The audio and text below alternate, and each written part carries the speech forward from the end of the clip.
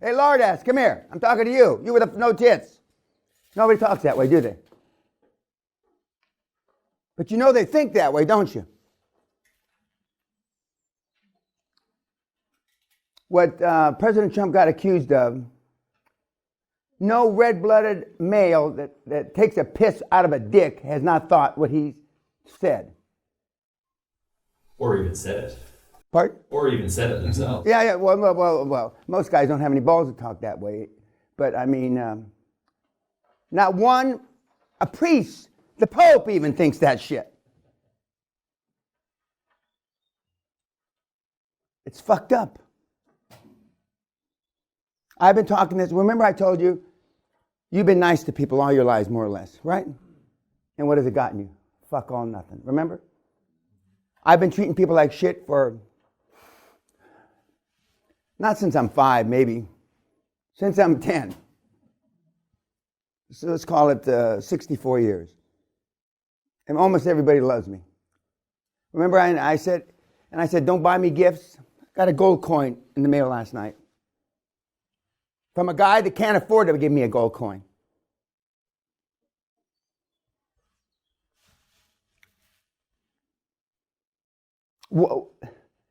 Why is it so hard to grasp the obvious?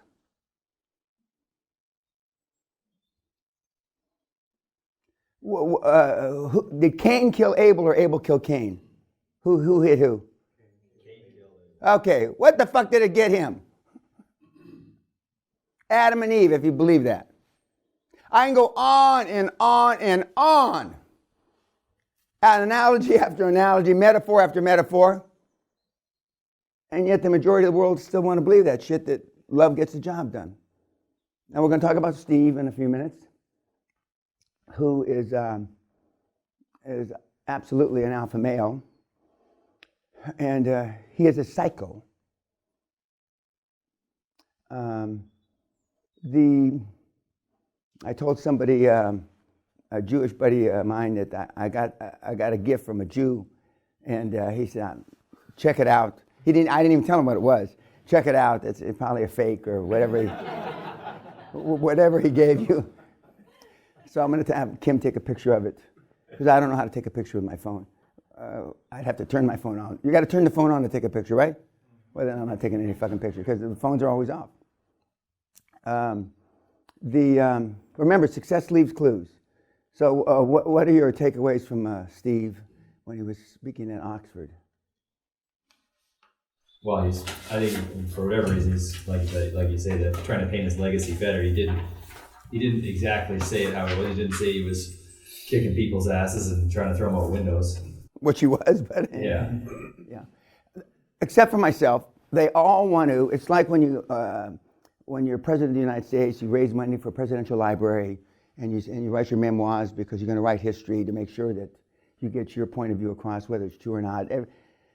Everybody pretty much does the same, and most of the super wealthy guys and gals, mostly guys, are trying to make sure their legacy in history is different. And one of the things that Steve, the former CEO of Microsoft, is concerned about, he didn't want them to be known as a one-trick pony, and arguably, to hear the Microsoft story, they were a 2 or 3 trick pony. Okay, he said, I believe, at the beginning of his talk there at Oxford, he knew this was going to be on YouTube and the internet forever, so he was careful, because I don't believe he said any swear words. I only said fuck twice at Oxford myself, so and then I asked the moderator, I said, I guess I can't say that, but he said, well, Mr. Peña already did, so it's too late. What else about Steve? Very enthusiastic. Uh-huh. He demonstrated how difficult it was to identify a great idea that would actually stick, that would carry the company for the next couple of years. It's very hard, it appears. It is hard.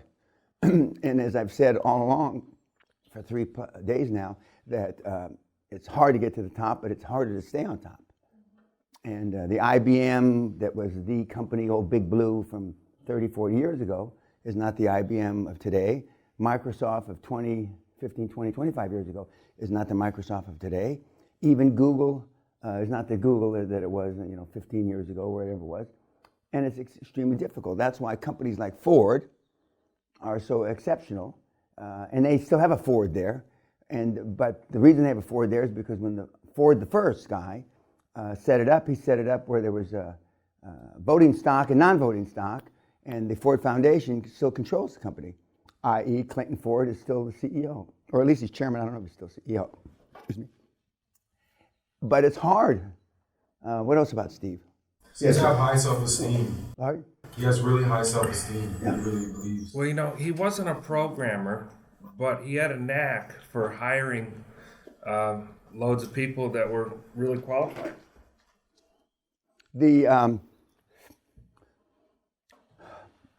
When you get out there, remember I said the tough thing is to run the businesses once you buy them. Top line is king. Top line meaning sales, revenue. You can always find an accountant to fuck around and cut expenses. You can always find people, bean counters to do this, that, and the other thing. But people that drive top line, people that drive the revenue stream are magic. And those are the people. And I've been good all my life at finding people that know how to drive the top line. Because I am a top line guy, and I know what it takes. And it's just basic sales. All I've done is I've taken my sales skills from selling, pots and pans and insurance over kitchen tables to selling governments. Steve is a salesman, still is a salesman. It's hard for him, and it's hard for people that are extroverts to keep their mouth shut, myself included. But 98% of the people are introverts. So the Zuckerbergs and et cetera, and the Bill Gates and the Warren Buffetts, et cetera, are introverts. And introverts can still be high performance. And again, as I said yesterday afternoon, and I've said a couple times, the kids get confused, especially, you're all kids to me, but the millennials get confused and they equate high performance with goodness. And when I'm at a university talk and I say Hitler was a high performer, he's in the top 5 high performance people of all time. Arguably, he might be the highest performer of all time because he got people to do crazy shit.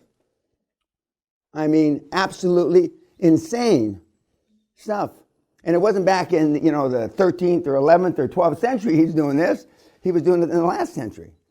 And I often get questions when they see Hitler and some of these people up here, and they wonder, these are my influencers. I've been influenced because I've read, etc., about their backgrounds. But high performance has nothing to do with being goodness or goody two-shoes. Hitler was probably a more high performance guy than our current Pope. And I mean, that's shocking actually, when Bible thumpers hear that, but it's true. Hitler got people to do more shit than the fucking current Pope has. And the current Pope is supposed to be one of the better popes in the last 500-600 years. Humbled, humility, all that stuff that they're supposed to have. He cooks his own meals, rides around in a Fiat, lives in a little teeny apartment, doesn't live in the big palace, doesn't wear Prada 1,200 or 1,500 euro shoes, doesn't wear the gold robes. What else about Steve? Yes, sir. You said passion and optimism are important, and then he quoted Colin Powell. He said optimism is a force multiplier.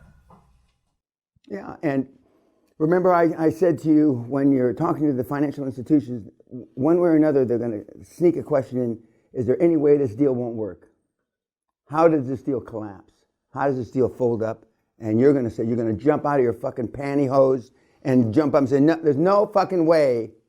This is the greatest thing since sliced bread, motherhood, and apple pie. You don't want any vibration whatsoever. And for some of you, for most of you, it's hard for you to be enthusiastic. Enthusiasm, self-esteem, enthusiasm, the God from within. And self-esteem, self-confidence, all the things that we keep on harping. And why do I keep harping on them? Because most of the kids, not just in this group and not just on YouTube, don't have any because their role models have been, poor. What else about Steve? Yes, sir. You know, when he dropped out of Stanford to go work for Bill Gates for $50,000 a year, his mother said, "Why would anyone ever need a computer?" Well, unfortunately, back in those days, I was part of that camp. So yeah, I mean, it's unbelievable. But they made a good combination. Back in the old days, they used to call Mr. Inside and Mr. Outside. Outside guy was a sales guy. The inside guy was the guy that made everything work at home. A lot of couples, the wife or the female is inside a person and the male is the outside. But now we've got role reversal where the guys are the stay-at-home parent and the gals are the big income earners. And I know a lot of kids try to split the duties of parents 50-50. I mean, you could hit me with a sledgehammer for the 10 years and I'll never get that. I don't understand that.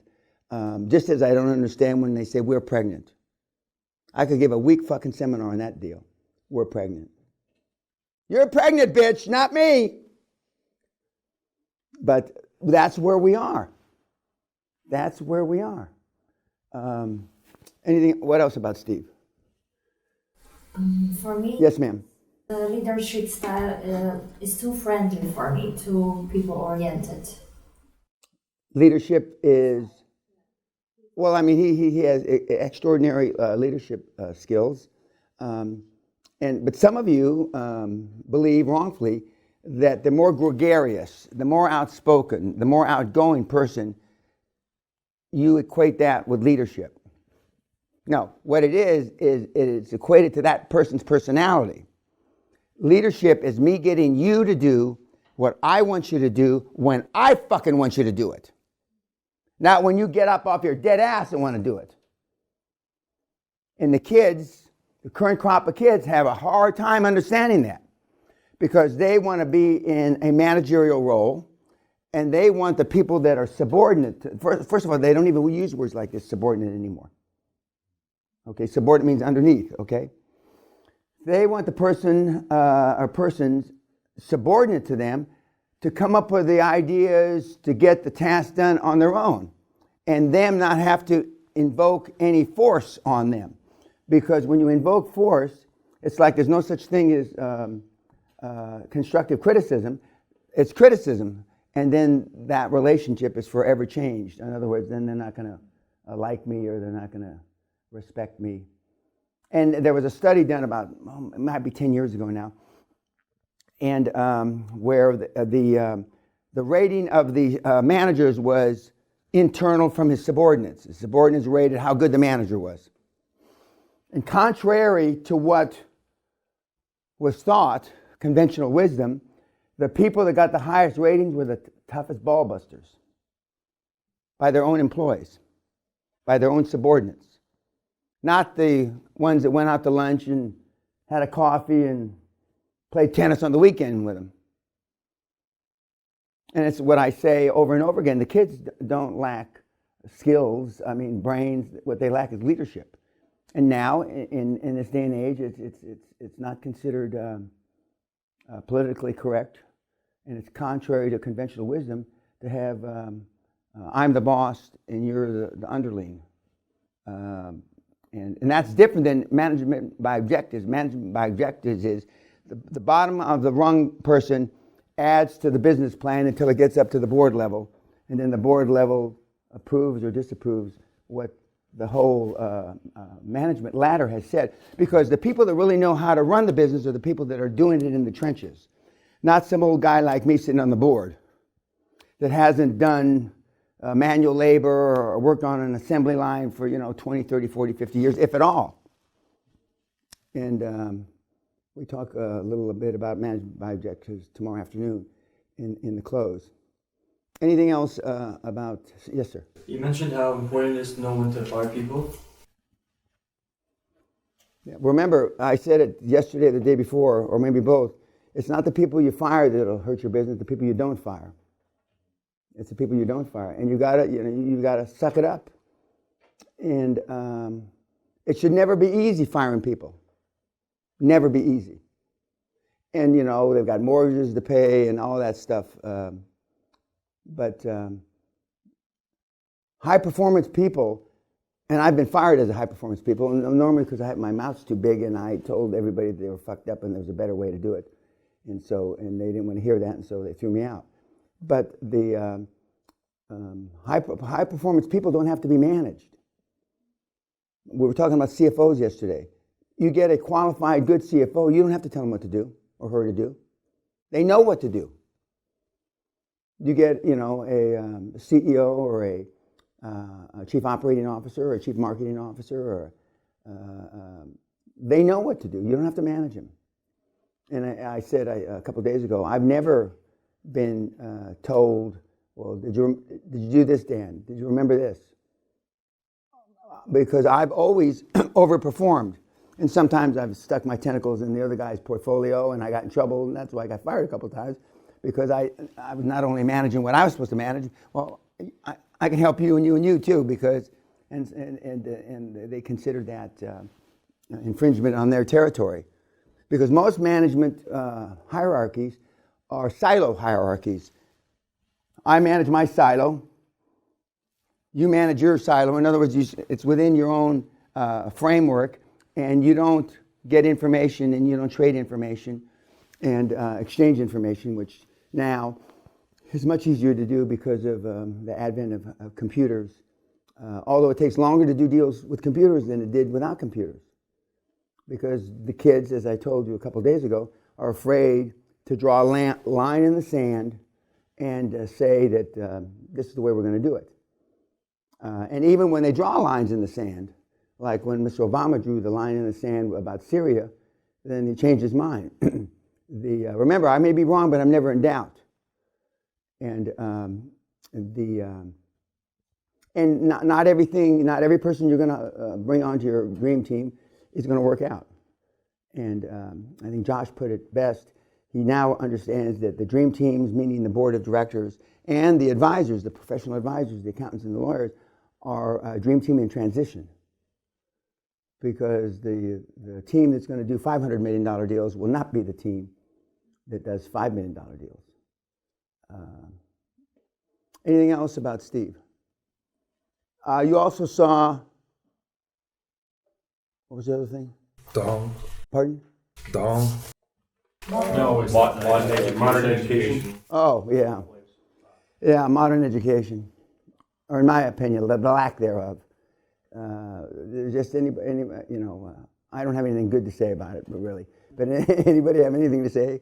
I want to comment. But that's where we are.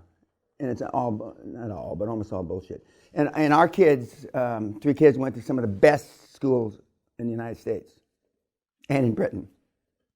I got a thought. That showed me that in my notes I put in you have to maybe change the model of how you hire people, because the educational system is not producing the same quality that they were 50 years ago. And part of the reason they're not producing is because of the disparity in income. I mean, you're a school teacher and you're molding lives, let's say, from the 2nd grade to the 5th grade. That's really important, but you get paid nothing. And then you're molding little brains from the 6th grade to the 12th grade, and the 12th grade's harder because now they're teenagers and they're know-it-alls, but they still don't get paid anything. But even a full professor at Harvard University gets paid $245,000 a year, a tenured professor, which is nothing. No money, and they make their living by speaking engagements and by publishing books. Okay, YouTube, thank you.